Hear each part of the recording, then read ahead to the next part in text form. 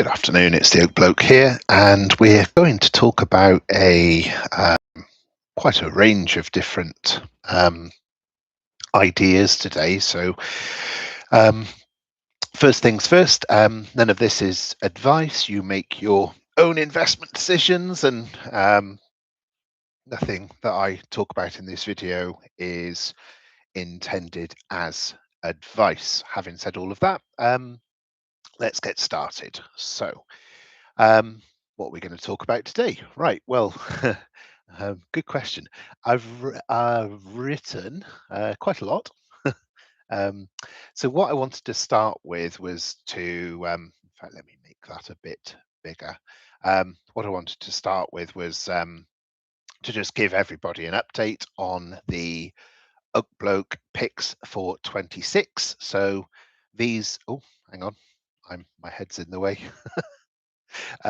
These are now at 47.8% gain, which might be a typo. I don't know. I added SUNCOR was the most recent one, and that's now up 7%. So that was what 7% over a week, and quite a few are up. I mean, I kind of expected because I was quite a few are down actually, and I was sort of thinking, well, where have all these gains come from? But anyway, I think that's correct. I mean, by all means, um, I think a lot of it is down to oil and gas. I mean, Hunting's now at 40%, Silver Court's still at 162. Ithaca now at 64% gain, but a couple of surprises as well. The first one I wanted to kind of touch back on is Unite. Now I did put out just I mean there was a very brief update from Unite, so there wasn't really that much to talk about. But I thought what they did put out was very significant. It's kind of being described as having a decent update and a deep discount of, so the yield on this is 7.85, but I think what hasn't sort of necessarily been fully appreciated is on top of that 7.85 yield, but that's based on the current share price, 7.85. Obviously, if you bought it at a lower price than that, then you'd be on I think I'm on a 8% yield, for example. But on top of that, you've also then got the buybacks, which actually, when you add those in, I mean, that gets you to 11.67 at today's share price. So that's actually quite significant. I mean, to me, like, why is it sort of, some people saying it's sort of a green amber? It's because they're skeptical of valuations. Well, who's skeptical? Because I mean, if you actually look at the 2025 report, they sold 212 million pounds of property at a 1% discount, or 1% below the net book value. The point being that this is currently trading at well below 50% of that same net book value. I think it's about 56% discount. So if you're selling something, at 99 pence in the pound, but you're buying it at 44 pence in the pound, then clearly you're making some money, aren't you? I mean, that just seems crazy to me. And guess what? They also announced that they'd completed the disposal of St Pancras, not the whole thing. It's just their share of the property at St Pancras, that was sold at 126 million. Now that also represented a 1% discount to the December book value. Now, bearing in mind that the book value in the 2025 accounts was cut, so obviously the 2024 book value was higher than the 2025 book value because they compressed the yields. So, I mean, you could argue it to say, well, the property values have gone down, but that's already in the accounts. That's already in the numbers. That £10.23 a share that I just quoted to say that this is on a 56% discount.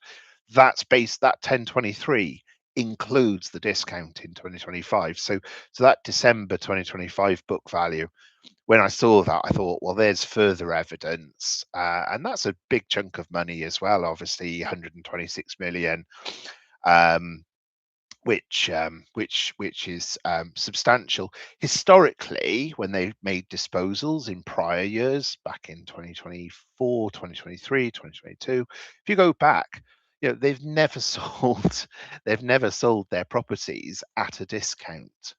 It's always been at book value. If you go back, I mean, I haven't gone further back than a few years, but always at book value. So, are they seeing a lack of interest in these disposals? No, the trading update says that there's strong interest from investors. So who are these people that are skeptical? I just don't know, because I can't find any skepticism apart from, that actually, the other point I would make about Unite is that they're disposing of the stuff that they don't want. They're um, disposing of the properties that they don't want, to allow them to focus on a higher quality portfolio. Higher quality being high tariff cities, essentially. So they're, and I mean, this is a key point. Like, if they were selling off the crown jewels at book value or 1% below book value, I mean, you could argue, like, well, like, the rest of it's rubbish. But if you're selling off the worst of your stuff at book value or 1% below at 99p in the pound, I mean, that implies that the stuff that is the crown jewels, the stuff in the high tariff cities, that's, bear in mind, the book value is how much it costs to build. I mean, it's not like how much is it worth, it's how much does it cost to build, how much does it cost to develop.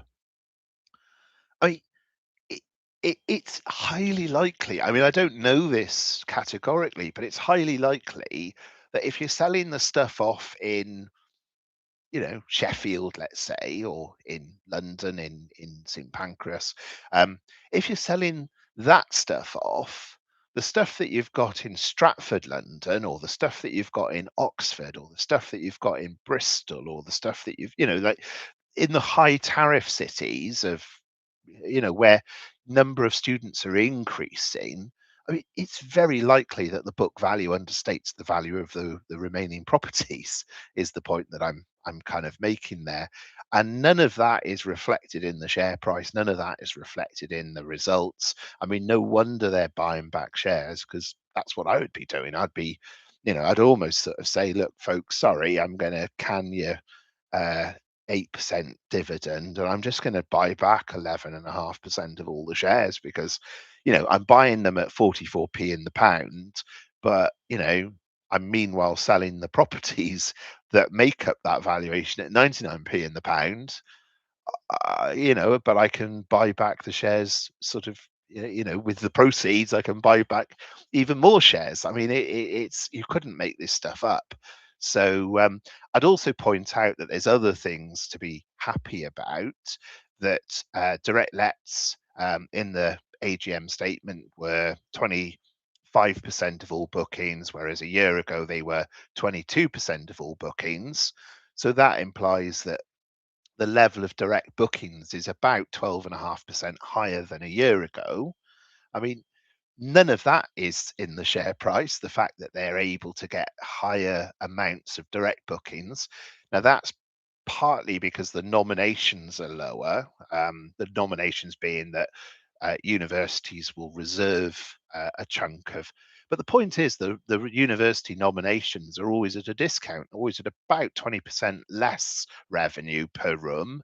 So if they're selling, 12.5% more. Now, they do say that they are discounting the rooms somewhat. So, I mean, I'm not saying that the revenue is going to be 20% higher. I'm not saying that. But the performance is barely lower than a year ago, and more of it is direct let, therefore higher, higher margin activity typically.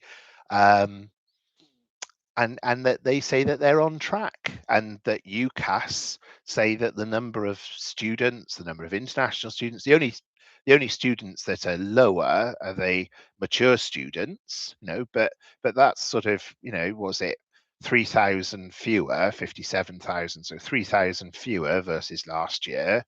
Well, okay, well that's a negative, but look, 3,000 fewer, 18,000 greater.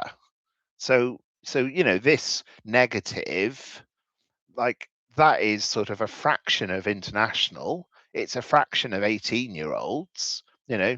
It's like these two audience here are 6 times larger than this audience here that's the negative. So again, like, why are we saying that this deserves to be at £4, whatever it is, £4.80?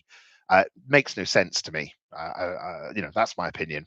And this is one of the picks for 26. And if you look at its performance up here, UTG has lost 0.2%, and that's sort of before dividends. So £4.82 was where I bought it at, or when it got included, and it ended Friday at £4.81. So it's actually, I think I probably have to make a calculation. I tell you what I did. Yeah, sorry. I initially bought it at £5.09. Yeah, sorry, if you're sort of looking at that and going, oh, hang on a minute, that's not 0.2%. I initially bought it at £5.09. I then averaged down. So this weighted price of £4.82 is because I topped up in one of my articles. It will document all of that, but topped up at 460, I think it was. So that's why it's averaging at, or maybe 450 for it to average at 482. Anyway, it's all there in the past article. So yeah, that's Unite. That's number one. Number two, not much to say on this, but it's up 69%. There were allegations of dripping red flags. Well, I haven't seen any facts that back up those red flags. I mean, I don't. It's got strong institutional support from, and I'm not going to repeat the article, but Entain and the operator of the UK lottery, Standard Chartered. I mean, Diageo. I mean, the list goes on and on and on. And then it's got endorsement from the Chinese, like the equivalent of the FCA. For this to be some huge fraud, I just don't see it. I mean, like, where's the evidence to that, apart from the fact that it's got the word China in and it's physically a Chinese idea, or it's a company that's based in China. But who does the accounts? Well, there's a creditable organization that does the accounts and does the audit. It's rolling out a digitization of the lottery. They've kind of got a tie up with the Chinese team. Well, it's called Team China, which is the Olympic. Well, it's more than the Olympic Committee. It's the Olympics, but it's also just kind of like the equivalent of Sports England, and sort of, it's like a quango, I suppose, that raises money for sports in China. And there's a great deal of national pride in China with sport and with sports. So this lottery is, historically a paper lottery where people sort of do buy a scratch card type thing. I mean, I don't think it's physically literally a scratch card, but you get the idea that they sort of do a paper lottery. And what IIG are rolling out is a digitization of that. So they've built the software, they've built the platform, they're rolling out the platform, they're installing devices they're doing a pilot in a part of China. And that pilot, I mean, they released trading update again. Has that been fabricated? Like, how at what point do we say, this is sort of too real to be fabricated? And like, how would the Chinese FCA go along with that, and how would these FTSE 100 companies go along with? I mean, there's a lot of people that are getting are involved in this. If it is a fraud, it's a very complicated fraud. I mean, frauds are normally that, you know, like, yeah, that they're well, I just don't think that factually that's the case at all. But anyway, that's enough on that one. I've kind of made my point, but we'll see. Maybe I'll end up with egg on my face, and I'll be the ones that are going, oh, yeah, it was a fraud. So who knows? I mean, but I just don't think it is at all, and I think it's incredibly undervalued because, I mean, even if you read across from the UK lottery, proportionately it's worth a lot more, but the Chinese market is 20 times larger, and proportionately, apart from going to Macau or going abroad, to do go on a gambling holiday, which, I mean, I do know some people that go to Las Vegas and things like that, but apart from people going to Las Vegas, I don't really know anybody that's ever gone on a gambling holiday, but apparently this is quite a thing and I mean, you can go and look at this for yourselves, but people book holidays to the Philippines, to Macau. I mean, I suppose, the tourist numbers to Macau alone is evidence to the popularity of a gambling holiday, and yeah, the tourist numbers into Macau I don't have them in front of me, but they are large. I mean, essentially Macau's economy is basically gambling. Like, it is a large part, and they are trying to diversify it into other things, because obviously if you're reliant on one single, and obviously during COVID, that was a huge problem because China took the lockdown very seriously, and Macau, I think there was a listed company. Was it Macau Properties? Maybe. I think people lost 99% of their money on that, and I mean, you could buy it at a vast discount to its NAV, because the property market was completely smashed because of lockdown and the after effects of lockdown, and also the Chinese, I suppose, property market kind of collapsed quite badly.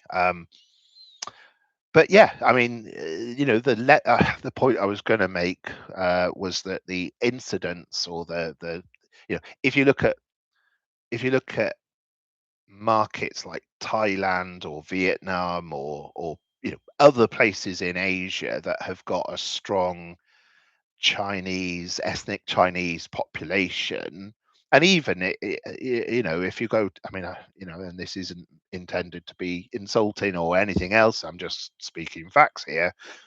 But uh, my own experience, let me just put it like this: my own experience of visiting casinos, and I don't visit casinos. I mean, I've visited casinos, I don't know, like 3 or 4 times in my lifetime.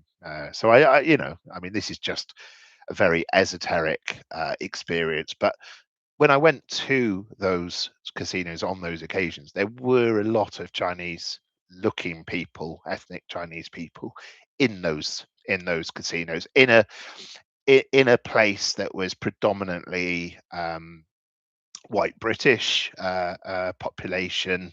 So kind of disproportionately a lot of Chinese. So one of my readers has said to me that it- the assumption that it will reach the same level as Britain, that about 30% of British people use the lottery. Well, there's two factors that make that assumption wrong, or just not it doesn't sort of explain the potential success of IIG and its digitization of the Chinese lottery. Number one is that apart from the lottery, there is no other form of gambling. So you can't go and, I don't know, you can't go to the horse racing and gamble on horses winning, or you can't go into Ladbrokes because there isn't a Ladbrokes. You know, essentially all forms of gambling, or all forms of legal gambling. It's not to say there isn't illegal gambling in China, but legally, the only form of gambling, legal gambling, is the lottery, the paper lottery. So the assumption is that the level of, rather than it being 30%, that it's more likely to be about 60%.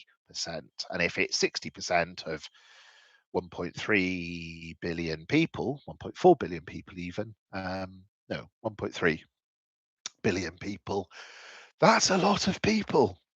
That's a lot of lottery tickets. And it's also the case that illegal alcohol is 1/4 of all spirits in China are basically illegally brewed. They're moonshine. So one of the ways that Diageo, and this is why Diageo is involved in IIG, is that they are sort of selling a bottle of their liqueur, which is called, its name, as I was about to say Szechuan, but that's the pepper, isn't it? Whatever it is called anyway. Sorry, the name's gone out of my head just now.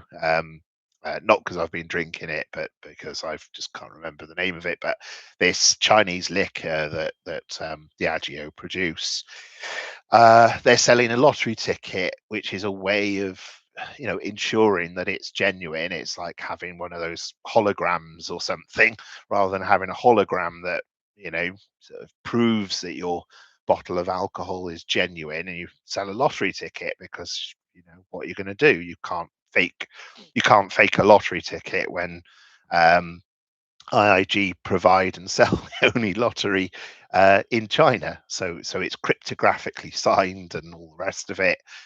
It's a very clever idea, and that means that anybody, you know, buying a bottle of this liqueur is also buying a lottery ticket. So you get lottery customers that way as well. So 60%, potentially that is going to be worth an awful lot. Anyway, moving on. Sorry, I didn't intend to talk so much about IIG, but there we go. SUNCOR is number 3 in my list, and is in front of you on the screen. It was interesting to see that SUNCOR is owned by Elliott Investments, so Paul Singer. So they hold about 3.5 billion of shares in SUNCOR. Its reserves potentially are 95 years in length, based upon their contingent reserves. I mean, the proved probable 2P is 25 years, but they've got potentially 95 years, and you can see it's all, you know, very much in a grid, in a area around Fort McMurray. So you know, there's quite interesting reserves. And if you actually sort of say, well, 37 billion barrels contingent is $2.32 per barrel, which, if this was just extracting oil, then I mean that might not actually be that cheap. I mean, obviously there's profit in that because you're selling the oil. Well, today you're selling it at 104. But the point is that you're not selling it at 104 because of the downstream refining. I mean, the margins they're making, so these are Canadian dollars. So in US dollar terms, they're making $16 per barrel, or were making $16 per barrel. But that was not at 104.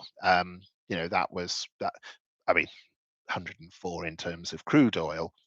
Refined petroleum, refined products, which is a mixture of bitumen and diesel, or middle distillate, that is sort of more like 180, I think, is the current 185.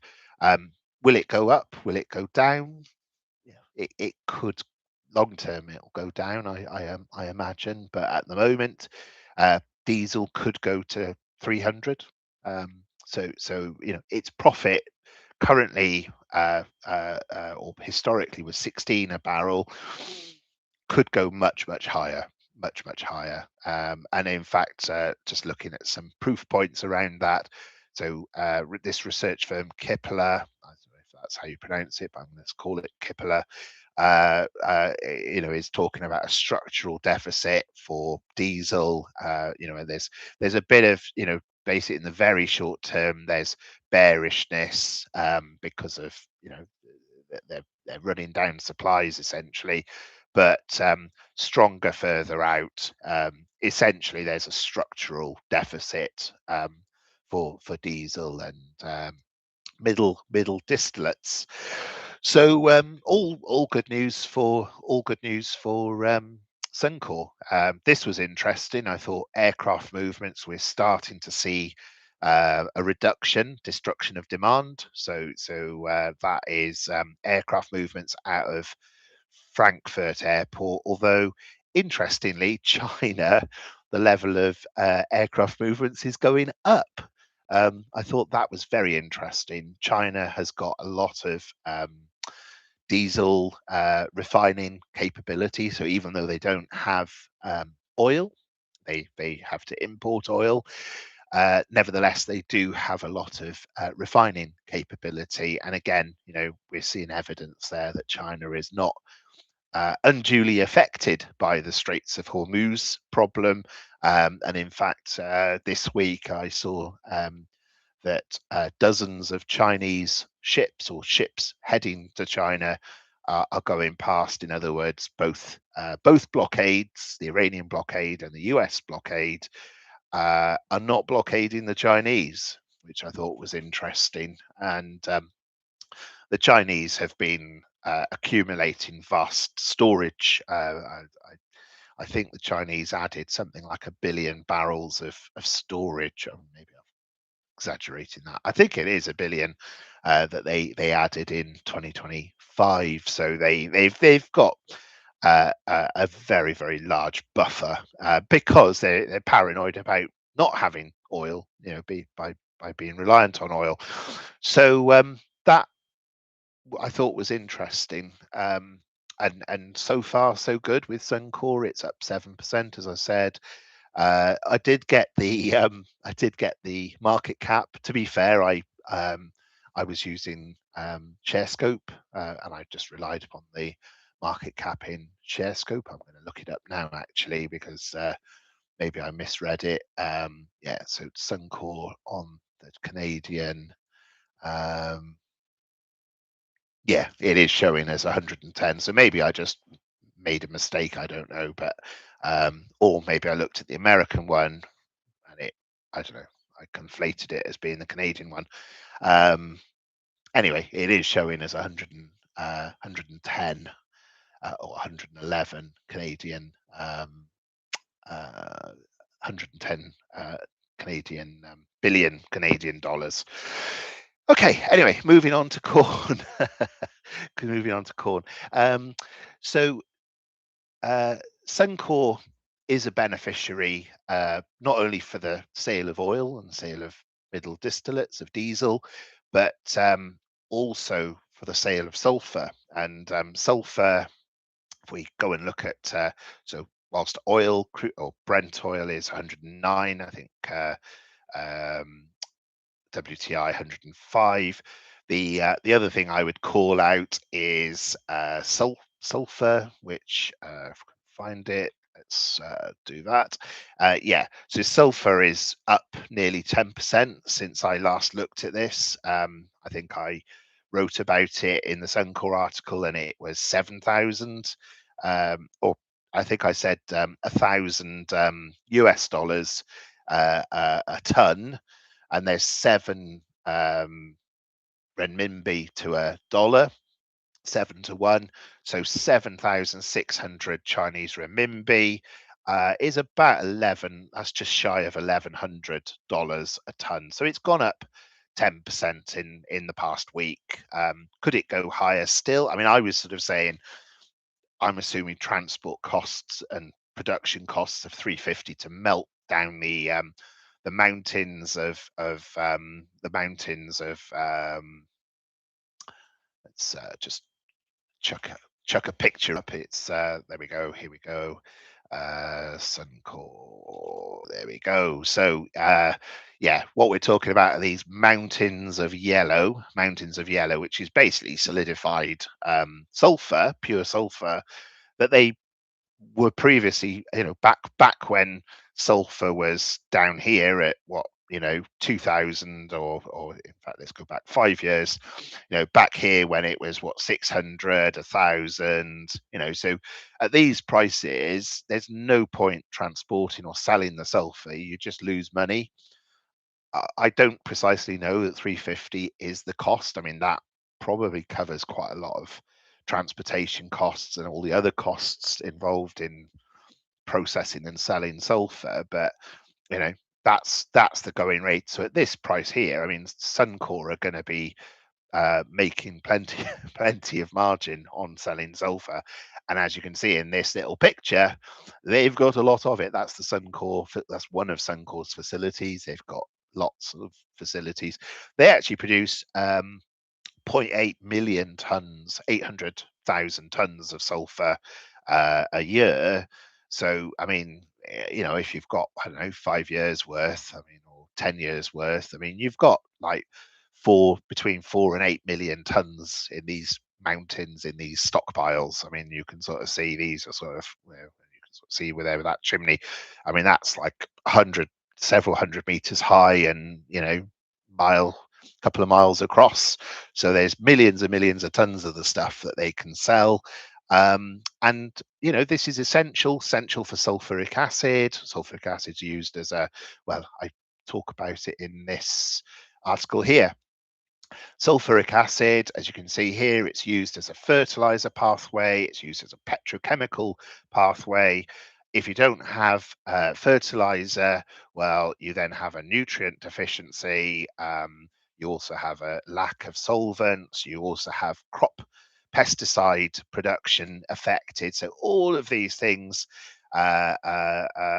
with El Nino on top can lead to a yield collapse and reduction of corn, of yield a yield reduction of minus 45% potentially. Scary stuff. That can then lead to food inflation of, well, potentially of up to 25%, and export bans, trade impacts, and all the rest of it, food insecurity and civil unrest, and everyone's 9 meals away from civil war. Was quite an interesting quote I saw. And then you've got these feedback loops as well, that El Nino can also cause Panama Canal drought, and if you don't have that, you've then got a logistics bottleneck. So there's all sorts of horrible, negative consequences to what's going on currently around corn. Now, it was interesting. If you go and look at corn, which we will do now, corn is actually down. It went down quite a bit on Friday. So you can see here it dropped 2.5%. It's now up 2.7% year on year, 3.5% up year to date. You might say, "Oh, Oak Bloke, you're wrong. You're wrong on this. It's hardly up at all. It's dropped. You can see here, it's dropped 10%, or no, sorry, not 10%, 5%. It's dropped 5%. You've got this one wrong." I kind of thought that at first, and then I sort of was looking at the evidence around this, and I would say there's a lot of evidence to say actually no. Actually, no, I think the opportunity still remains. I don't like that there's an opportunity that corn is going to go up in price, because that's not a good thing. But I think my take on it is, I mean, I'll just sort of present the evidence. Let's kind of leave the morality of this to some other conversation. So the US report, this is the May report. They say that that there's going to be a 1 million reduction, 1 million, sorry, start again, 1 billion reduction, 1 billion bushels reduction of corn below the 2025. Now, 2025 was record production. Okay. Um, but what they also then go on to say is that there'll be a reduction of demand.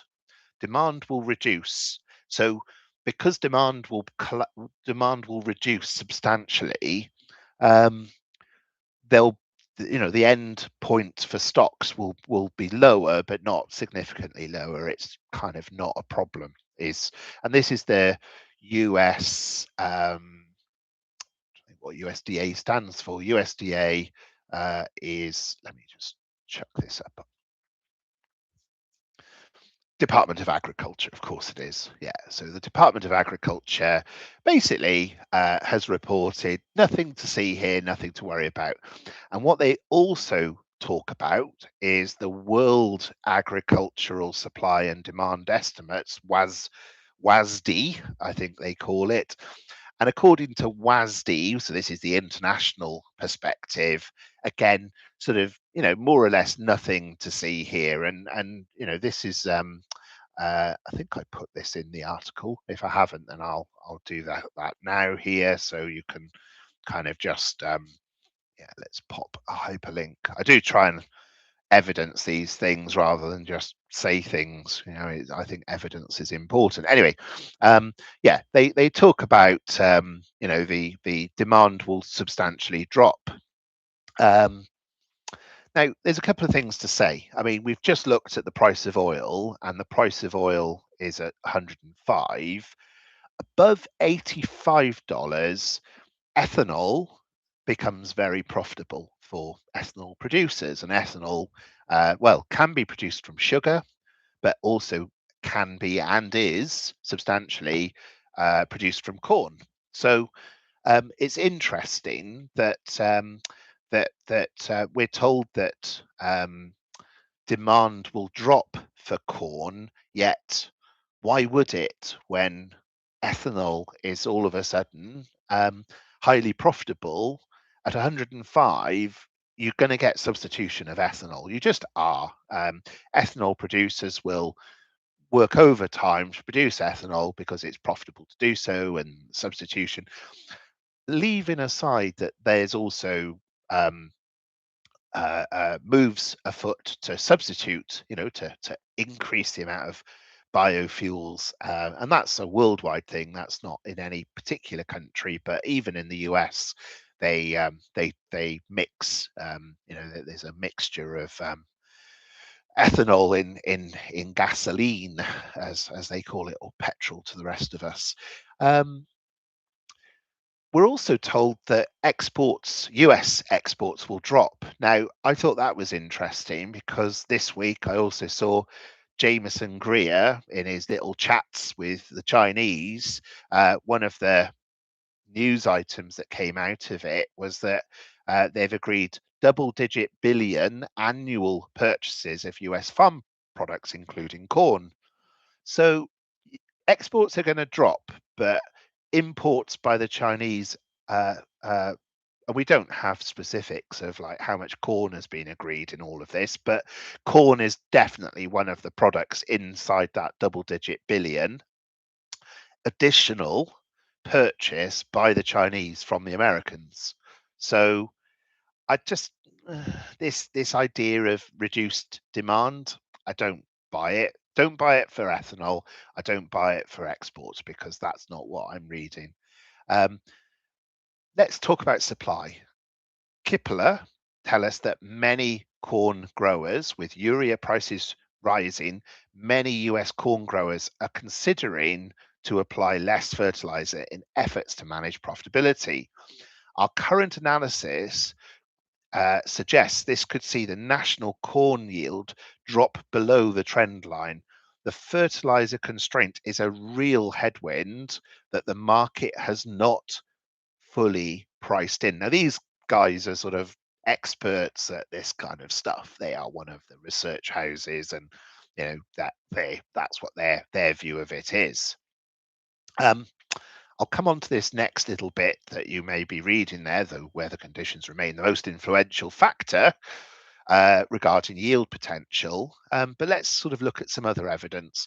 2/3, and this is based on 5,700 farmers who responded to the Farm Bureau survey said they cannot afford the fertilizer needed to grow corn. Um, so so it's interesting because when you look here, like obviously this is the yield last year, 186.5. They say the yield will be 183 this year, is the estimate. Um, Notice there's an asterisk. We're going to talk about that asterisk in a second.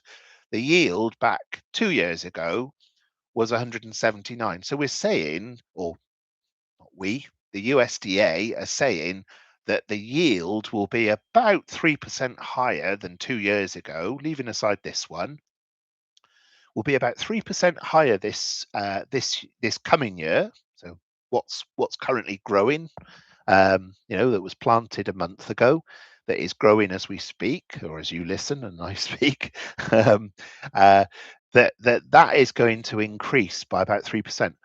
When 70% of farmers can't afford the fertilizer, the yield is going to be 3 to 4% higher. Really? Do you really think so? I don't. I think that's absolute rubbish. Absolute rubbish. And I said about the asterisk. Well, guess what? Oh, and by the way, sorry, these are the demands. So let's look at some of the demands. So industrial will be static, uh, feed and residual. Now, they do say that there'll be reductions of cattle, and reductions of cattle lead to reductions of cattle demand. I haven't investigated that fully, but they say 100 million bushels reduction because of fewer farm animals. I'd actually read the opposite, that high prices of beef. Now I don't know about you, but I bought my better half. She wanted a steak. I bought her a steak, and it was a very nice steak. Um, and in a supermarket, I paid, and it was a good steak, but it was an eye-watering amount of money as far as I was concerned, and it wasn't like Wagyu or anything. I mean, it was a good steak. I paid £50 a kilo for that steak. Um, I don't normally pay £50 a kilo, but that is the going rate. I mean, if you go and eat in a steakhouse restaurant, I mean, I can remember, you could buy a steak for 20 quid easily, even in a good restaurant. And then, you go to Weatherspoons and it would be like 8 quid or 10 quid. I mean, you cannot buy steak today for the prices that you could buy it for just a few years ago. Beef has gone up in price a lot, a lot. I think if you buy cheap beef mince, fatty, cheap beef mince, that's still quite cheap. Uh, but good quality stuff, you pay really high prices for. So I read the opposite, that demand for corn has actually gone up because high prices are incentivizing farmers to grow more beef, except in Britain, where despite there being the incentive of high prices,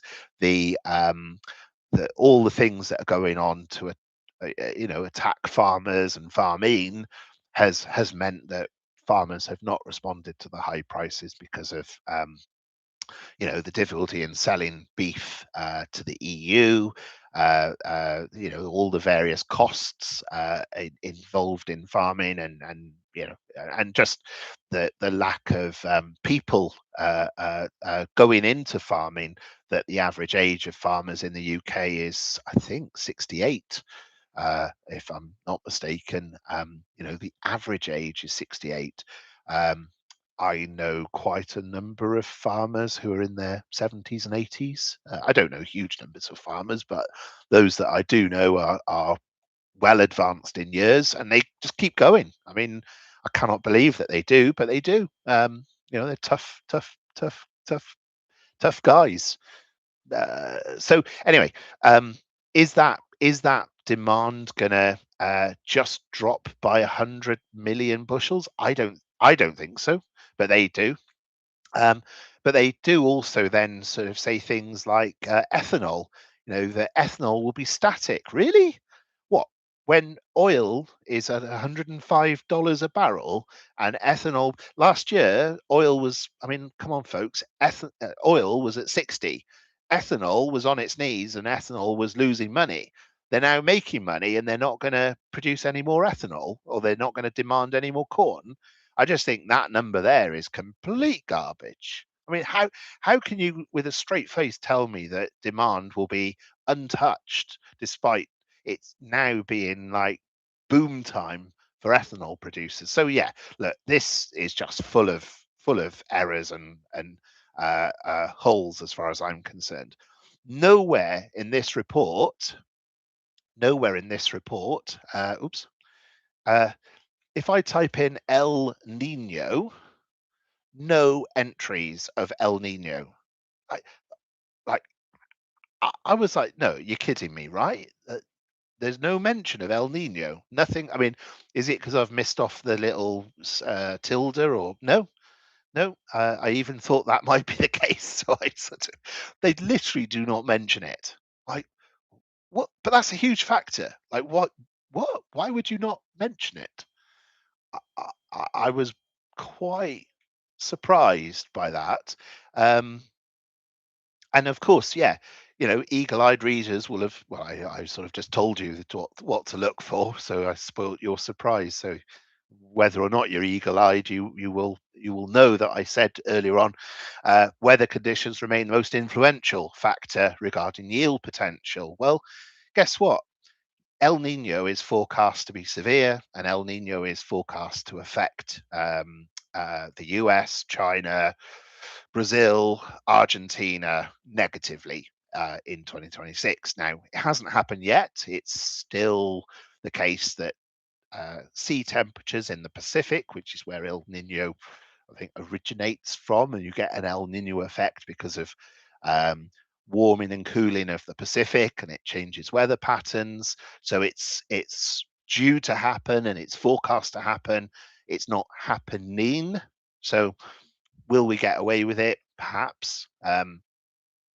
But it's forecast to have an effect. But I find it incredible that there's no mention of it. That like, well, no, like let's not worry about that. Well, of course we have to worry about it.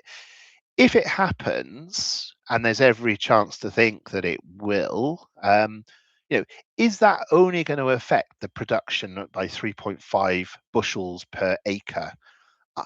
I mean, I just sort of say I'm no expert, and I'm not. I'm not saying that, like that. If you're an agricultural expert watching this, you could probably run rings around me. I don't. I don't sort of pretend to be the agricultural expert here, but I just think these estimates are deeply suspect. I just don't like. Why would you not mention the weather as a factor in the yield of crops? Like, like like, I'm not the expert, but I'm reading that. Who are the experts that say it's the most influential factor? Why would you not mention the most influential factor? So this was the killer. This for me was where that asterisk came into it. Basically, the yield projection is based on a weather adjusted trend, assuming normal planting progress and summer growing season weather. So these forecasts that you're forecasting are just forecasting a sort of a trajectory of, like, if the weather doesn't change, this is what's going to happen. Well, the weather is changing. The fertilizer is changing, so it's not normal. So I kind of, sort of, this is why I say here, normal, normal, normal. Like, it's not normal. Like, it really is not. So with um, the impact from input costs, with the impact from El Nino, with the impact of demand because of higher oil prices, and obviously higher oil prices, and particularly diesel. I mean, going back to SUNCOR and the cost of diesel, which is an input cost for farmers, which obviously means the amount and the you might not bother harvesting every single acre, because you might have, every farmer has good acres and bad acres. Like, for the ones that I don't know, the pests have got at the crop, or the ones that are on the stony ground, not as productive, they might not bother. They might say, do you know what? Like, with the cost of diesel, it's not worth harvesting that bit of land down there. We'll just not bother. Like, again, it's per harvested acre. Well, what if they don't harvest all of the acres? So I think even 175 yield doesn't seem unreasonable. Anyway, I sort of ran through those numbers, like, well, what would that mean? If it's 175, well, the impact that has is it moves the closing balance for 2026 from 277 million tons to 242, which doesn't sound like much. I mean, there's still, 242 million tons of corn sitting around world supply. But no, actually, that's a problem. That is what is described as critical, a critical level. And basically, yeah, the consensus view is that corn prices would be well above $6 a bushel, based upon that, which would put this at sorry, yeah, that's corn futures. I think corn futures at the moment, what's it saying here? Rose above 470. But yeah, are being assumed. Oh, sorry, are being assumed at, it's in here, 440. So six or 650, maybe even higher, possibly. That these, I mean, they are forecasting an increase of price, but not by much. So I just don't think 440 is where this is going to land, and I remain invested. Anyway, let's move on to number 5, which is Ivanhoe Electric. Ivanhoe Electric. So there's human beings. There's the thing that they've bought this week. They've bought a Robbins. What's a Robbins? Well, it's nothing to do with a Reliant or a three-wheeled car. For those of you who don't know what a Robbins or Robin Reliant is, a Robbins plural is well, it's what I would call a channel tunnel digger. But obviously they use these in London at the moment. They're building the super sewer, aren't they? And they're using a Robbins. I didn't know that that's what they called them, but apparently that's what they're called. So they're building the Santa Cruz mine, or they are sort of heading towards building it. It definitely provides further certainty by going this way and buying this machine, which cost them $65 million. That's a fair chunk of change. But what it does is it'll basically just, rather than, well, without boring you, because I mean, I'm not a mining expert, but the approach that they were going to take was to not use a Robbins and to basically just build out the mine and to grout it, is how they describe it, to grout the walls. This thing, and if you've ever watched the footage of the super sewer, or of the channel tunnel for that matter, basically it sort of puts in little plates as it goes, so you kind of build the tunnel. It sort of chunks in the plates and the walls of the tunnel as it goes. So it's kind of an automated system, essentially. It's not the case that it'll necessarily cost any less, that it actually increases the cost by 20 million. It's not the case that it will make the whole thing faster. I mean, it will make it faster, but it's going to take time to get the machine delivered and da, da, da, da. So, I mean, it's not that it makes it faster or cheaper particularly. That's not the reason they've done this. It's to de-risk it. It basically means that they don't need to worry about the geology. They don't need to worry about the grouting, and because they don't need to worry about the grouting, they don't need to get as many permits. So it simplifies it, de-risks it, and it's a smart move, essentially.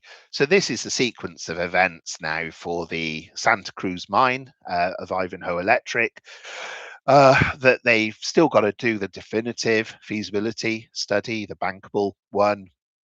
They've still got to get some permits completed, excuse me. they've still got to, well, they've obviously got to start excavation in ahead of this machine, ahead of the Robins arriving. They've got the final investment decision. They've got advanced negotiations on the $825 million loan from the Exim Bank, Export Import Bank. They've obviously got partners involved in this project as well, Ma'aden from Saudi Arabia. Next year, the Robins arrives, the permitting completes. It's on private land, so the permitting is relatively straightforward. It's just in terms of water use more than anything else, and it's the covered this before, but it's not the city or state, it's the federal, it's the Environmental Protection Agency, the EPA, that's involved in the permitting. So in other words, it's one of Trump's agencies. So I recently showed some footage of Robert Friedland, the CEO of Ivanhoe Electric, sort of sat or stood just behind Donald Trump, who was sat in the Oval Office, and Friedland was in there, sort of chatting to Trump. And, thank you for all that you're doing for industrialists. The US needs copper. Copper's currently at 14,500. The sulfuric acid that we were talking about earlier, that's having a huge impact into the Democratic Republic of Congo and other places, Chile, that require sulfuric acid. 20% of copper is produced using sulfuric acid, 80% isn't, it's crushed, but for the 20% that is, there is quite a big impact. So this price rise is basically, I think a lot of it is going to be down to the availability of sulfuric acid, which goes back to the SUNCOR that we were talking about earlier on. Anyway, so yeah, look, I mean, later in 2026, there's a couple of reasons why this will re-rate, as far as I'm concerned, once they have finalised the feasibility, once they've finalised the investment. And you know, what are the current assumptions? Well, the current assumptions is that it's a project value of 1.9 billion. That's based on $10,500 copper. Market cap today is 2.36 billion. So this is quite a you know, like, of all of my ideas, this isn't the one that I've bought because it's at a huge discount. Far from it. This is on a pretty chunky surplus to its underlying asset value and even its underlying net present value. But at today's price of copper, which is that, the NPV would be more like that. So on that basis, it's at about a 35% discount. And you know, just for completeness, I've put in the break even. So if copper averages at 11.8, bearing in mind that there's a structural deficit, bearing in mind that Trump's already done stuff around tariffs on copper, and sort of rolled back on those tariffs because he kind of realized that the US is hugely reliant on overseas sources of copper. It doesn't have its own domestic copper production, which is obviously what Ivanhoe Electric are doing. So could 11.8 be a fairly safe number to assume? I think so.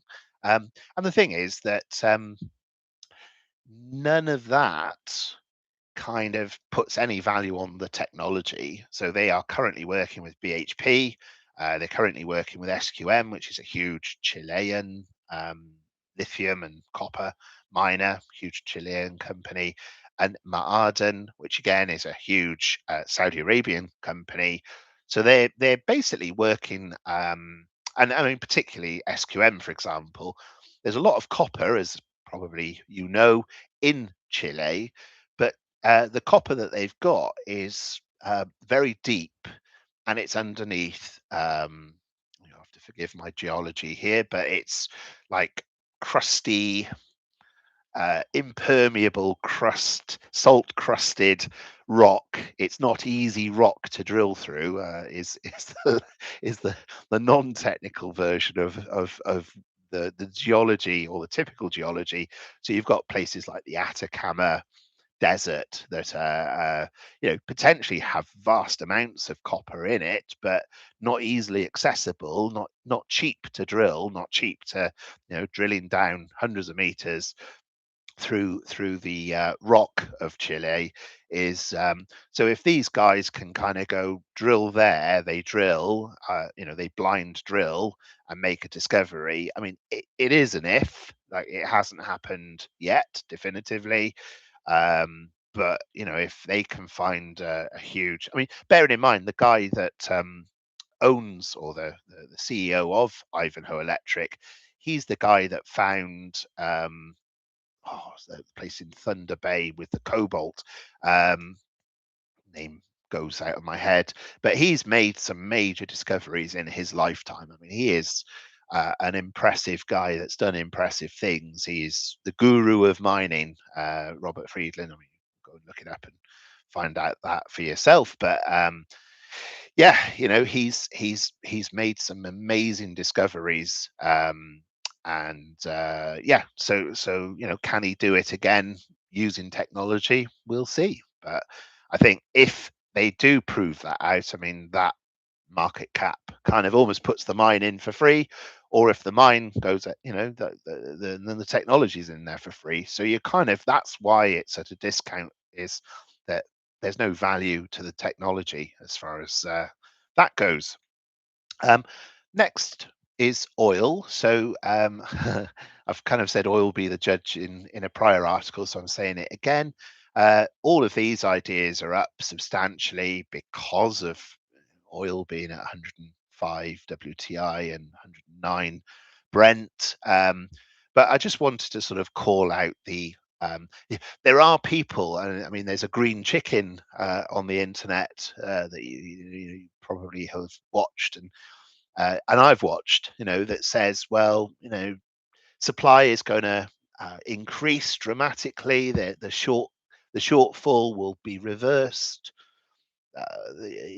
Oil will bounce back and drop to levels, prices that we far lower than today. It won't remain at 100. It'll be at 30, 40, who knows, much lower prices, and that's because the supply response with the UAE leaving, OPEC, and different things that are going on. The Brazilians are expanding production. The uh, other places in South America are expanding production. The whole belt between West Africa and South America is prolific for oil, and then you've got the Gulf of America. You've got different places. There's still plenty of oil in the Middle East. There's the entente with Russia. There's there are reasons. I get that there are reasons that oil could increase in supply, but at the same time, I mean, the extent of the third Gulf War, as I heard it called this week, I thought that's actually a pretty good name for it. Given that the first two were with Iraq and then the third one's with Iran, the third Gulf War, I thought it's a pretty, it's a better name than saying the Strait of Hormuz, or the Strait of Hummus, as some people call it, incorrectly. But yeah, the extent of the shortage now is running at about 12.5 million barrels a day. That's a big shortfall. And demand destruction, I thought this was interesting. Demand destruction has kind of reduced demand, and I've not independently been able to verify this, but I think it was Kipler that was saying that the demand destruction is running at about 10.5 million barrels a day. So high prices have reduced demand by 10 and a half. Maybe I'm excuse me, misunderstanding what they're saying, but they sort of talk about 2 million being drawn down from stockpiles, not 12 and a half, which I find hard to believe, but that appeared to be what they're saying. But the cumulative shortfall is 1 billion barrels. I mean, that's 1 billion barrels that we're not going to get back because time's passed and yeah, that's how much physically has not come out of the Middle East. That's a lot of oil. That is a lot of oil. And and I think the thing that I keep coming back to is, well, a lot of facilities were damaged. You know, the drone strikes, the missile strikes were specifically made to damage and to cause the maximum amount of disruption, because by doing so, that would that would ultimately uh, you know, force the world, to force America to stop what it was doing. Um, on that basis, I don't see that demand, oh, sorry, that supply can snap back in the way described. I don't see it. I don't think that's the case myself. I would be very surprised, but you know, the evidence isn't yet out there for us to know either way. I also don't think that demand has reduced by 10%. I just don't think that's the case either.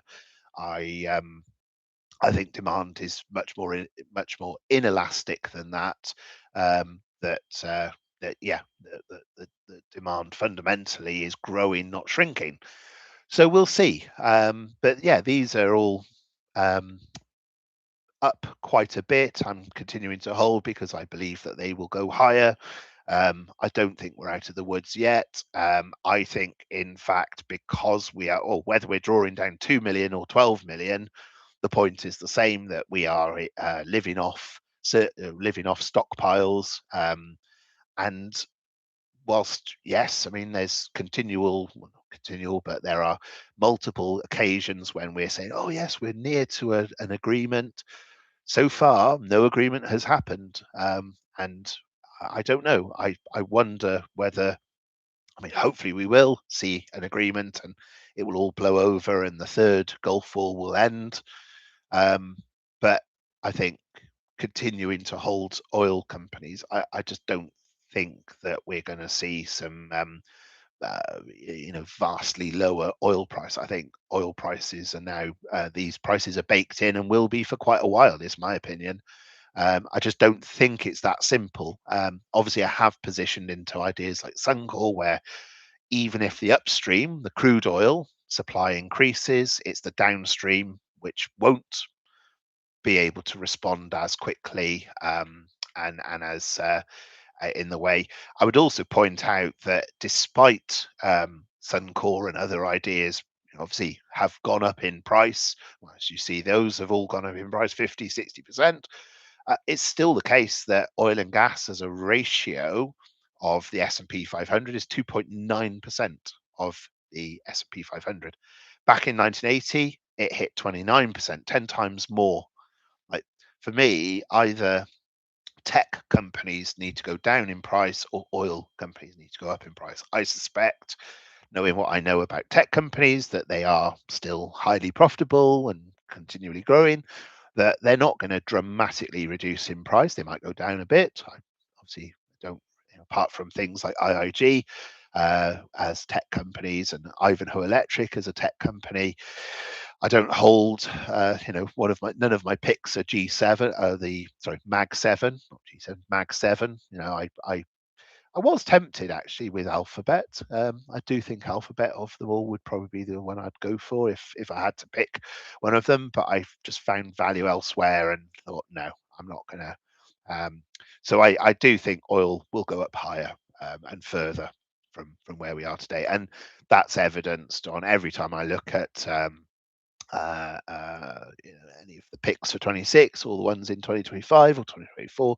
There's incredible value there. I was looking at was I looking at the other day, the yeah, I forget, but Petrotal, sorry, that's what I was looking at.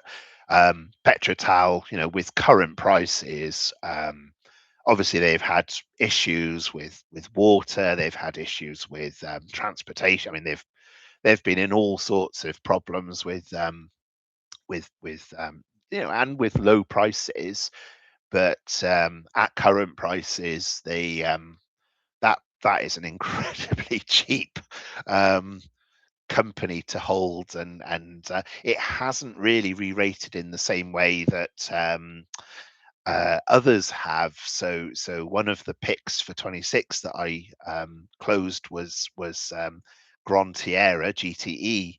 I mean, GTE, I obviously sort of sold it at a bad point. I should have held on to it, really. I sold it and bought Bluefields, which I've now sold and closed the doors on. But GTE, since I sold it, has gone up a further 70%. So it's been a huge beneficiary. But if you actually line up GTE and Petrotal next to one another, Petrotal's not gone up by anywhere near as much. But they are sort of, there's a lot of similarities between them. Not identical, but obviously both South American, both kind of unloved, both trading at a discount to their assets, and both with large reserves, and just needing to tap into those and having some good fortune with cash flow, essentially. Anyway, conscious that time is marching on, and I'm only on number 6. So I'm going to try and speed up a bit, because let's kind of get through the other ideas here. So Greg's, not much to say here, other than the I added it back at 14.55. I'm glad I did, because it's now at nearly 17. It's at 16.97. So it's delivered 15.7% in 9 days, which is pretty good. I'm pretty pleased with that. But it seemed obvious to me that the results were going to be pretty strong when I saw the overall retail figures came out. I thought, wow, like, things are not so bad in the UK as people make out. I mean, just quickly sort of talk about this. The GDP results came out for the UK. So just quickly cover these. So yeah, I mean, obviously, everyone's sort of feeling very concerned, and concerned about rising inflation, concerned about. I mean, Greggs have managed to pass on price rises quite well, I think. That I I went to Greggs the other day. I mean, things are more expensive, but they're still relatively cheap compared to McDonald's, and even like compared to sandwiches in the supermarkets. I mean, it's still reasonable value, and obviously it's hot food, or hopefully hot food. Um, and yeah, I think compared to sandwiches in supermarkets that aren't the best. But anyway, coming back to the UK, I mean, UK annual growth beat forecast. It expanded 1.1% year over year. That I went from very bullish at the start of the year to bearish because of my concern about the Third Gulf War. Now we're sort of starting to see the evidence. I mean, I'm certainly seeing the evidence of that bullishness slant, where I said, if you remember back in January, well, I think the UK economy could expand by about 1.7, 1.8 this year. I mean, look how much it expanded, accelerated. Well, it's only sort of 1.0 to 1.1, but it surpassed expectations of 0.8. So it's 0.3 higher. Growth was 1.4 services. I mean, that is good compared, considering that part of that Q1 was the first month of the Third Gulf War. It's not exactly a sort of a positive backdrop, is it? It's capital formation slowed, drop in business, so there are obviously negatives going on, but consumption grew 0.9. And I looked at the savings rate for the UK. I mean, the savings rate, let's see if I can find that. It's impressive. It's impressive. Where did I find it? It was under here, I think. Personal savings rate. Let's see if I can find it. Well, yeah, I suppose that doesn't. Yeah, so this is the spike in COVID, and then obviously when lockdown ended, everyone went out and spent money. But savings have been steadily going up. They're running at about 10 or 11%. You know, 10, yeah, about 11%. I mean, that is a wall of money waiting to be spent at some point. I mean, that's obviously well above trend, isn't it? I mean, go back here, like it was running at what, three, four. I remember somebody saying actually, oh, UK only saves at 3% a year, you know, and look at it. It's, you know, people are saving like what, three times, four times more than back in the 2010s. That's a noticeable number. Now, obviously, that means it's bad for the economy in the sense that if everyone is saving, that's actually a withdrawal from the economy. If you've studied economics, you'll know what I'm talking about. If you haven't studied it, then you'll be saying, "What do you mean a withdrawal?" Basically, it's money that gets sucked out of the economy because it goes into savings. Now, but where are those savings going? Are they going into investment? Well, I think we kind of saw that investment was down in the quarter. But again, if we kind of look at, let me remember where it is. If we actually look, I mean, look at this services PMI 52.7, 50 is expansion, below 50 is contraction, manufacturing 53.7. Like, I don't think many people are sort of twigging that you know, obviously business confidence is absolutely on the floor. Look at this. The lowest ever was 87. It's currently running at minus 65. Nobody is confident, but actually, you know, this is in expansion. This is an expansion. It's growing. You know, look back here. It was sort of in decline a year ago. We go back 3 years. I mean, obviously it sort of wanes and waxes or whatever, but it it you know consider. I mean, considering this is 2 months of war, 51 growing to 53, things are not as bad as people perhaps sort of perceive. I think it's this confidence piece that you know, this is sort of running at record or just running at very low levels. But if we sort of see, yeah, here we go. You know, confidence post COVID was positive, um, and then it's sort of, you know, been dropping and dropping and dropping, and yeah. So anyway, thought that that was interesting. Moving on, I did say I'd try and speed up. This is a fairly quick one, but I added IDHC back at 56. So I think I added it in at 55, sold it at 60, bought it back at 56. It's now at 54. Um, and I would sort of just quickly call out the fact that 50 to 60 is, let me just pop this up on screen for you. 50 to 60 is, yeah, you can sort of see it hit 75 earlier, you know, sort of quite early in 2026, but you know, there was a time, I think I included it somewhere, as I say, about 55, so I sort of included it here. So at one point it was up 40% from you know, or nearly 40%, maybe 35% from where I included it. So it's kind of come back quite a long way. And at 54, I think this is, in my opinion, incredibly cheap.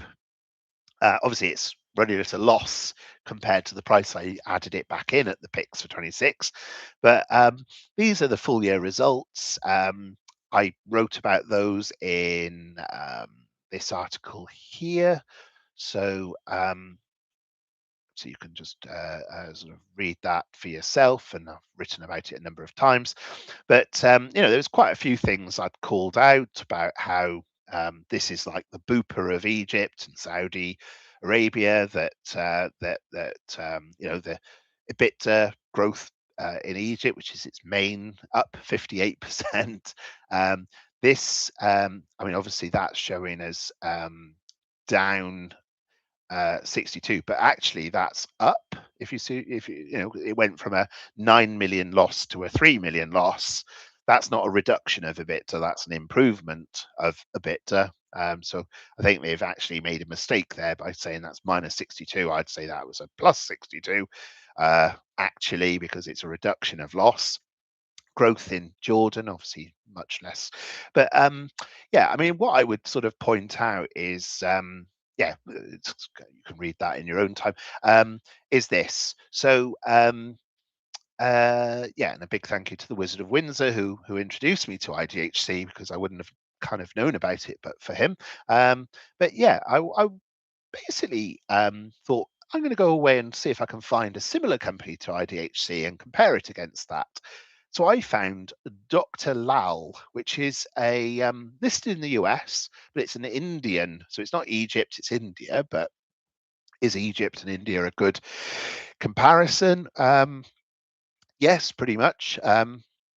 Both have sort of pretty identical healthcare. That 60% of healthcare spend is at the point that you consume the healthcare. So, you don't kind of book in or go on a waiting list for NHS radiology tests or radiology treatments, or radiotherapy, I think is the treatment, more accurately.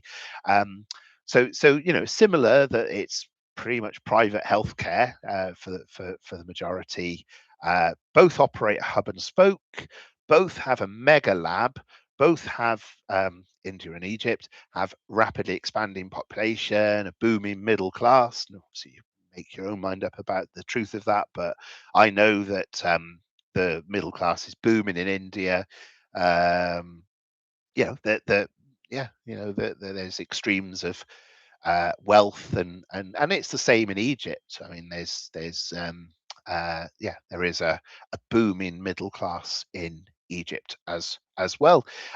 Both have kind of structural spikes in healthcare problems and chronic illness, type 2 diabetes, cardiovascular, hypertension. So, how does IDHC compare against Lal Pathlab? Lal Pathlab is larger. So let's just quickly go through this.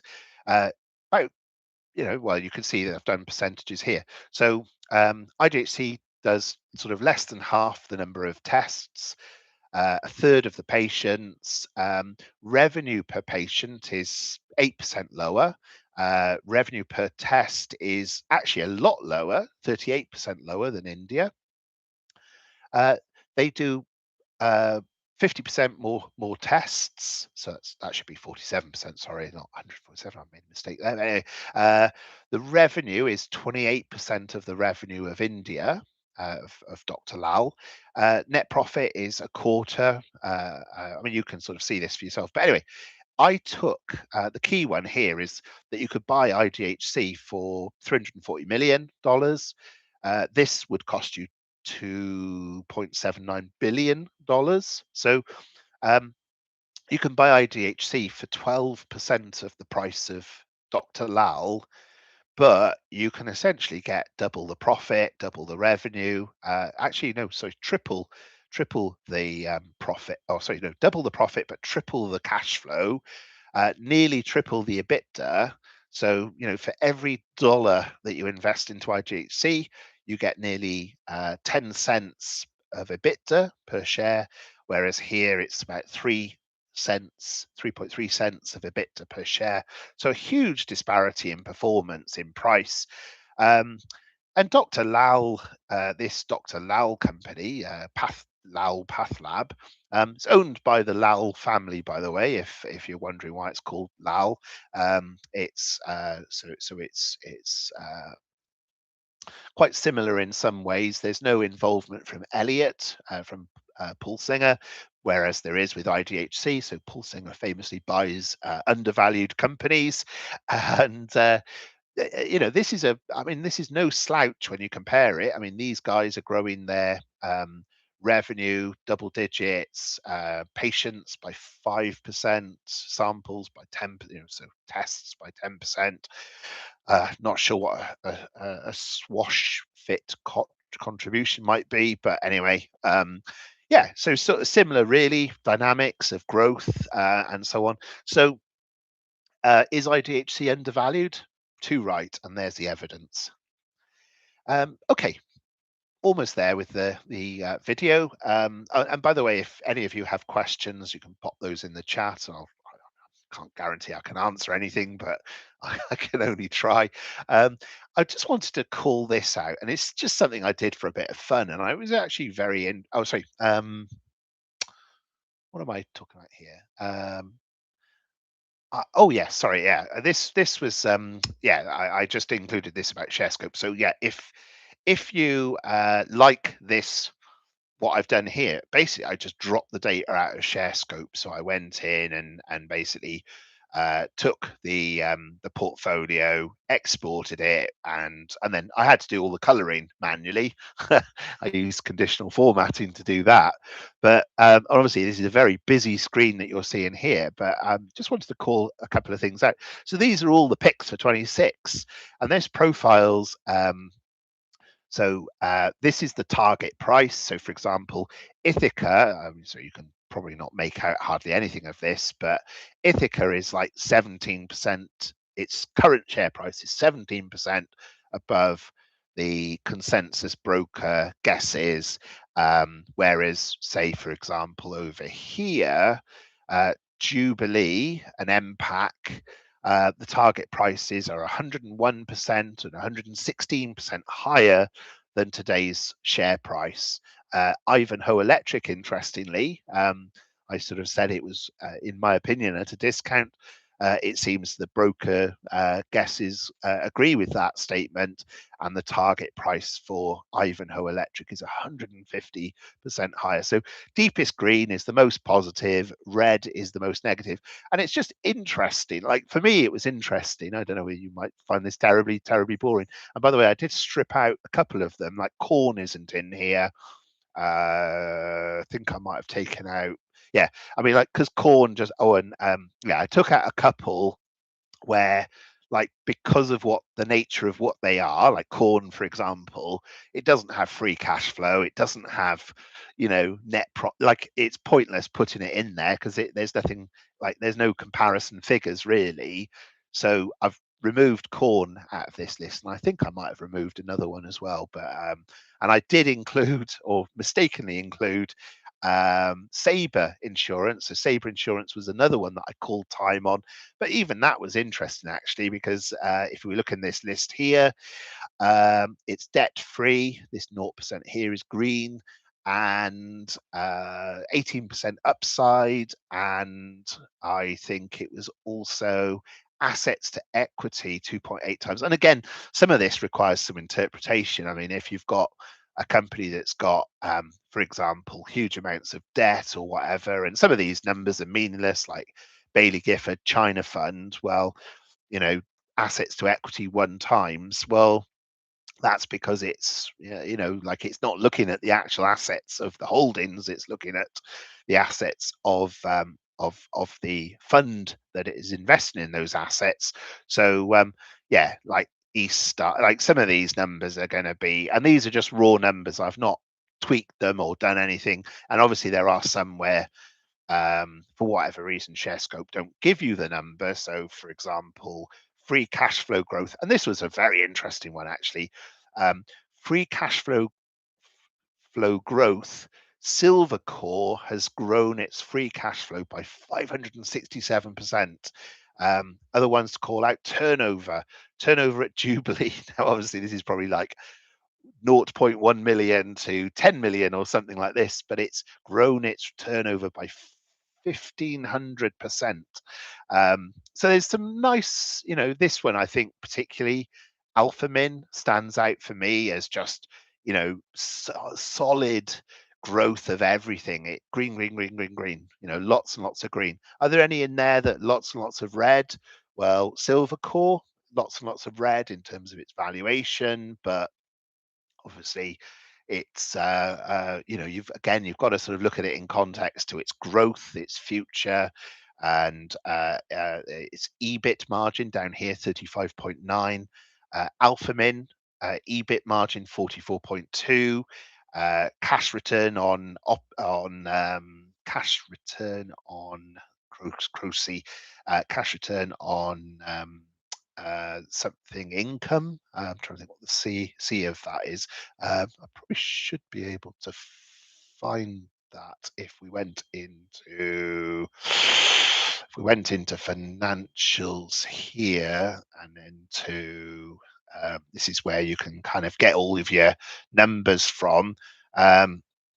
So if I click on CHRY, normally they give you like a little help, or maybe this thing here, look, returns ratios. So it sort of gives you a cash return on capital invested. The C, I couldn't think what the C was, but that's what it is. So this is sort of share scope in action, folks. And as I say, I mean, like by dropping the data out and just chucking it all onto a spreadsheet, it just allowed me to sort of look at a whole load of ideas in my portfolio and sort of spot ones where I sort of think, ooh, like for example, Greg's. I mean, you look at Greg's and on the face of it, you sort of go, ooh, there's a sea of red there. That's not that impressive. But again, like you've got to sort of think of this from the point of view of, well, what are these numbers not telling me, or what, you've got to interpret them. I mean, it's not as simple as just go for the green and ignore the, avoid the red and go for the green. But it was interesting. I thought there were some interesting aspects to this. So just another one I'd quickly call out is IDHC, where the dividend growth, the return on equity, some really nice numbers here that we're seeing on this far column. And obviously, some of these colours don't make it look quite as impressive.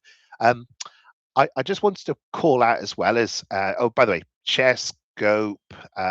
If you want to take advantage of a subscription, there's a link there that will take you to this landing page, which is the Bloke landing page. That if you subscribe, they'll basically donate some money to Aspire. So that will give you a nice discount. You only get that discount if you've not used ShareScope before. So but yeah, you can also help the charity Aspire. So charity Aspire is here under my so basically I'm raising money for two different charities, Aspire and Trees for Life. So Aspire, so far we're at 3,000 out of 10, and the same on Trees for Life.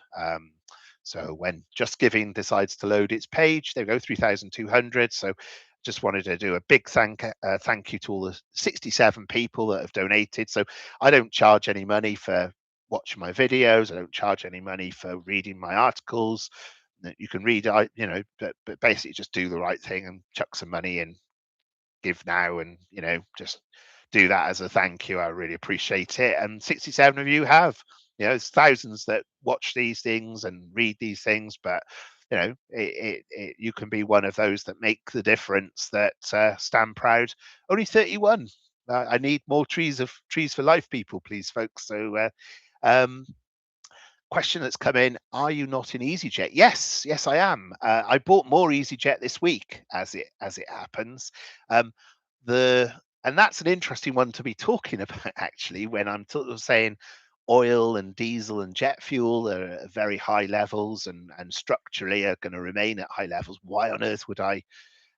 I just think that short haul travel will be far less impacted than long haul travel. I also think Middle East travel will be, substantially affected. I just think people will not holiday in Dubai to the extent that they have done. And that means more people will travel in, we'll go to Spain, we'll go to Italy, Greece, France. I just think that will be the case, and EasyJet will be a huge beneficiary of that. I think that EasyJet is going to be a huge beneficiary of EasyJet holidays.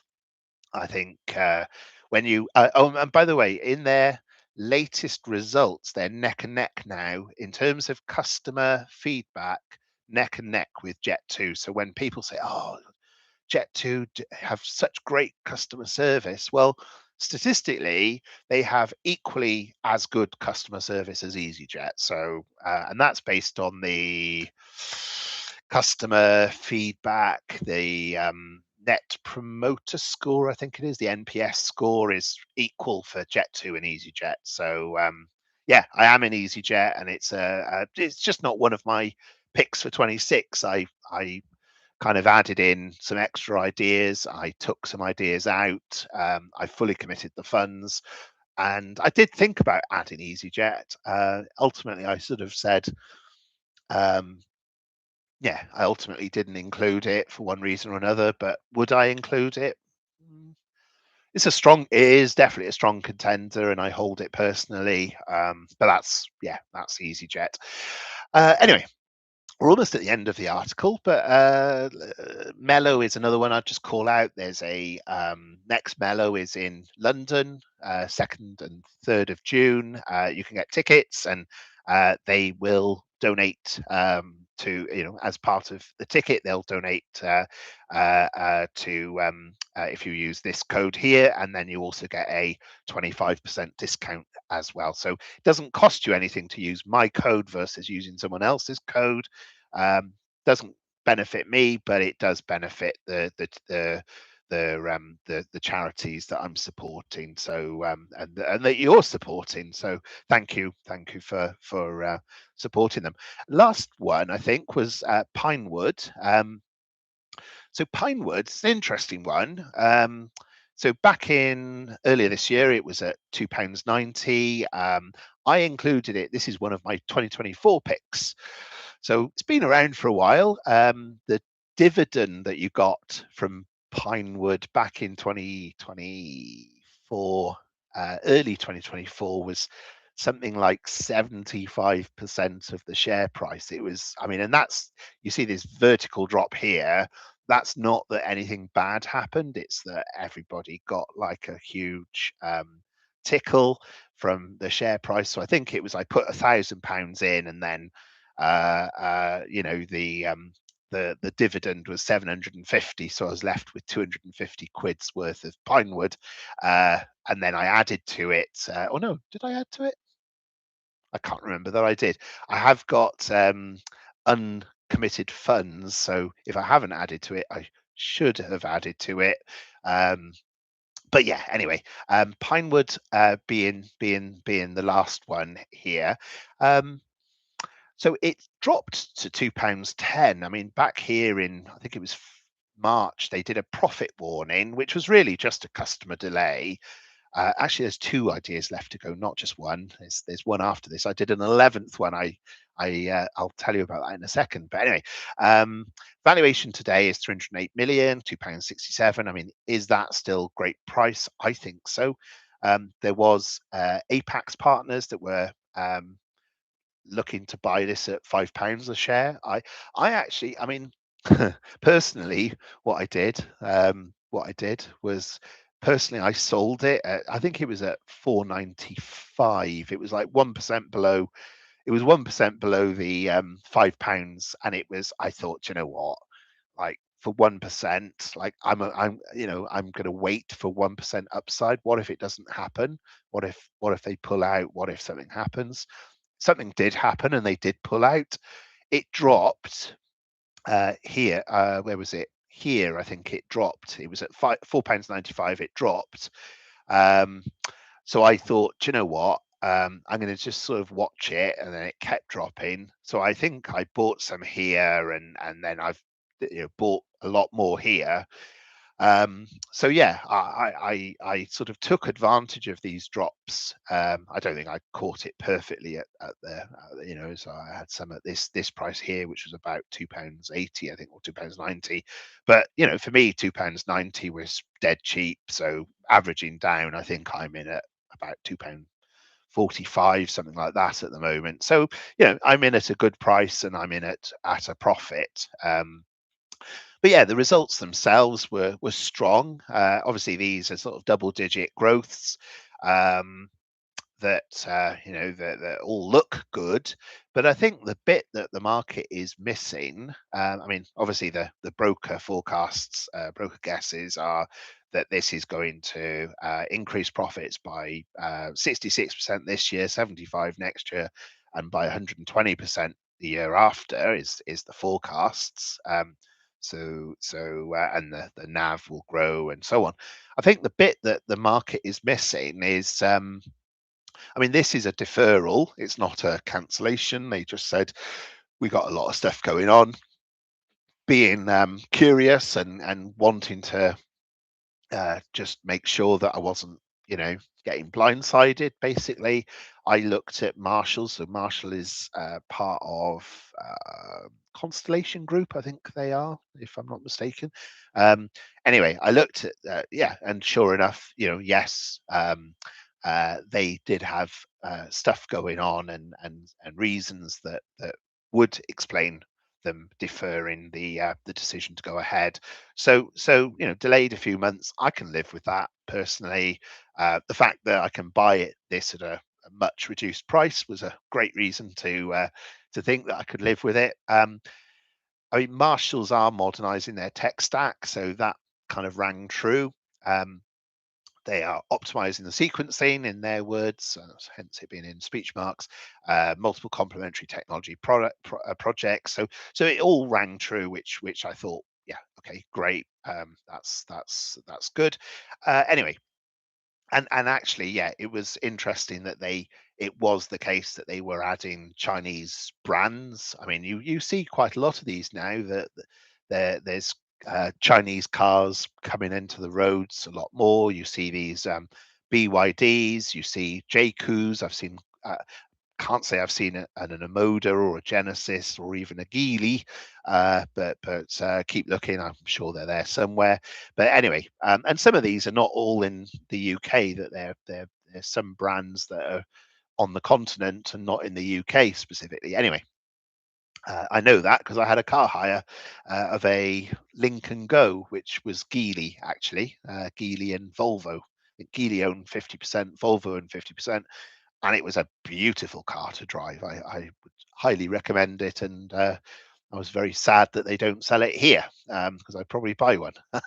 But anyway, I'm not here to sell you Chinese cars. I'm here to tell you about Pinewood. So anyway, yeah. So yeah. Look, Marshalls also owns Go Compare and BCA Supermarket. I think it is. No, sorry, not Go Compare. Sorry, I misspoke.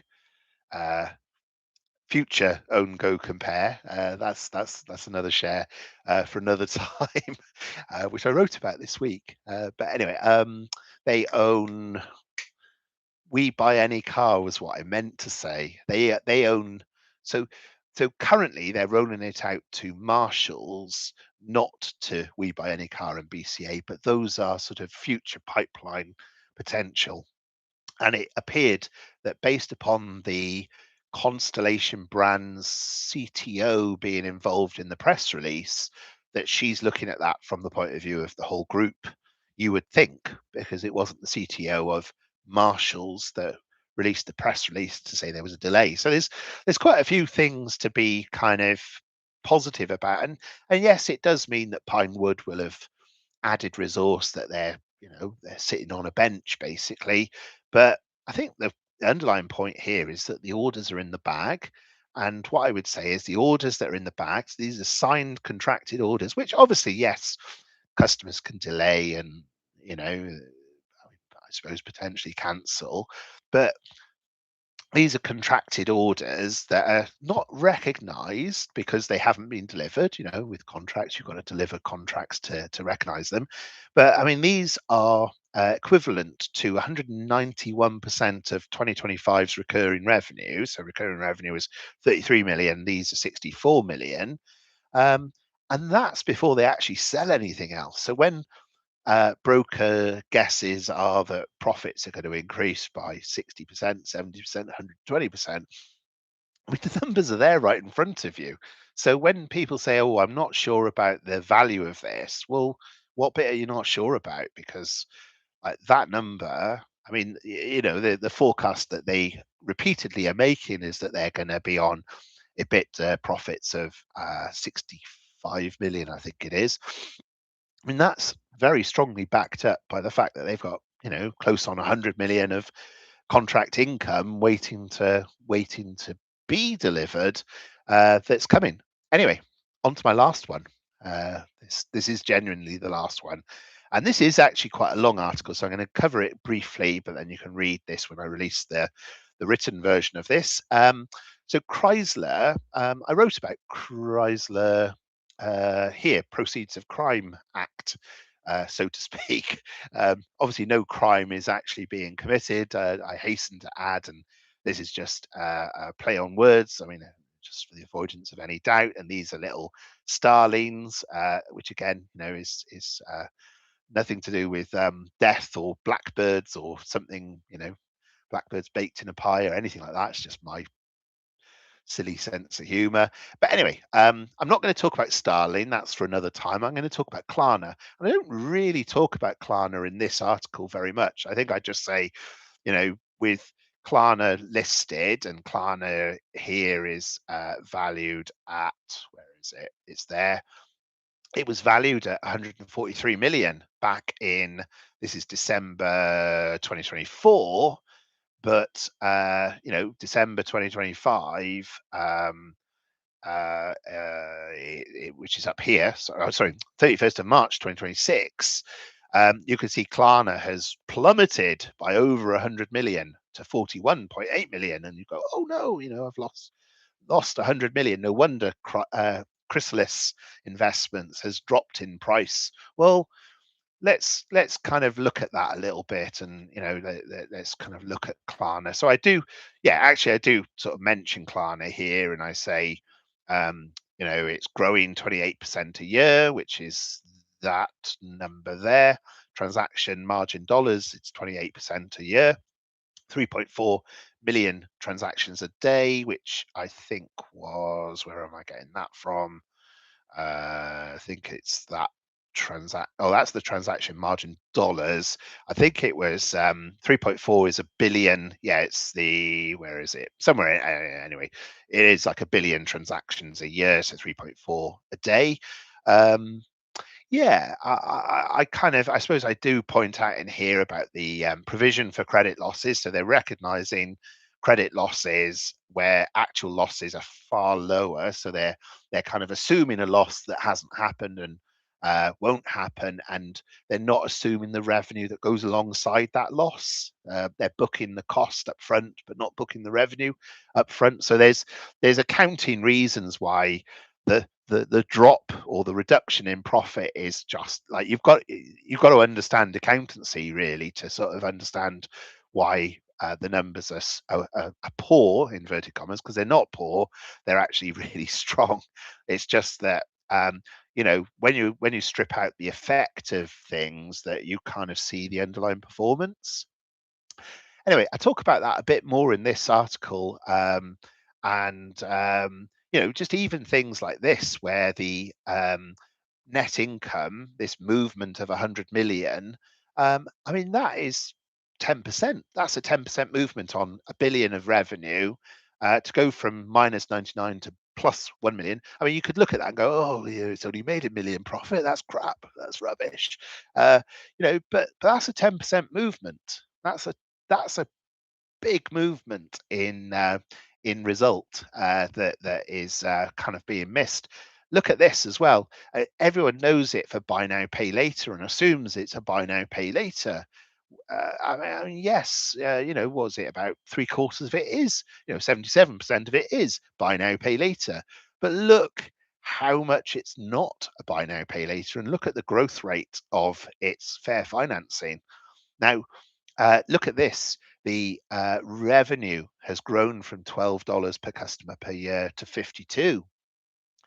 I mean, the amount that people are missing, I think that people are missing in Klarna is staggering. The fact that they've grown their revenue per employee to 1.4 million, which is 4 times higher what it was 4 years ago.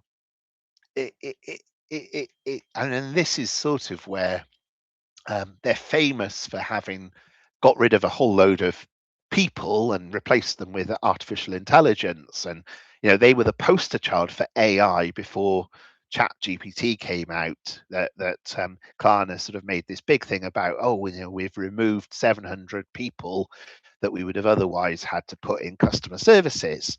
What I talk about here, and this is sort of me just being a little bit whatever, And this is sort of something that I've talked about around oil, that the Jevons paradox, that an increase in productivity doesn't decrease the demand; it massively increases the demand because, and this Jevons, by the way, was coal that. Uh, Basically, because steam engines were so much more efficient, uh, in the UK, they said, "Oh, the demand for coal will go down because they'll need less coal." Well, guess what? The demand for coal didn't go down. The demand for coal massively shot up. Well, why is that? Why did demand shoot up? It shot up because at the point at which you could, essentially get rid of horses and you could have a steam powered car or a steam powered locomotive or a steam powered mill that replaced, sort of horses dragging a mill wheel around in a circle. Um, Essentially, the Industrial Revolution massively increased the demand for coal. But behind that massive increase of demand for coal was actually the Jevons paradox, that the increase of efficiency, rather than reducing the demand for something, increased the demand for it because of the elasticity of demand, that far more people wanted coal, even though less was being used. And maybe there's an element of, with AI, that there's an elastic demand there, that the profitability increases massively, but it actually drives an improvement, an increase to the demand for goods and services and for labor as part of that Jevons paradox, that AI makes us incredibly more productive and actually increases the profits of a company, which then increases the employment. Because and Klarna are actually an example of this, that rather than sort of saying, "Oh yeah, we've cut our workforce and we're cutting and cutting and cutting," like one day it will be the CEO and he'll just push a button and all of the work of the thousands of employees will be done by the push of a button, or not even having to push a button because AI will push the button for you. It's not that simple, because you still need oversight, you still need governance, you still need judgment. There's still a lot of things that AI does not do. Increase of productivity still relies upon product and production. How does production happen? Through humans. So I'm optimistic. I think it is interesting around software and software valuation, around the speed by which that will all happen.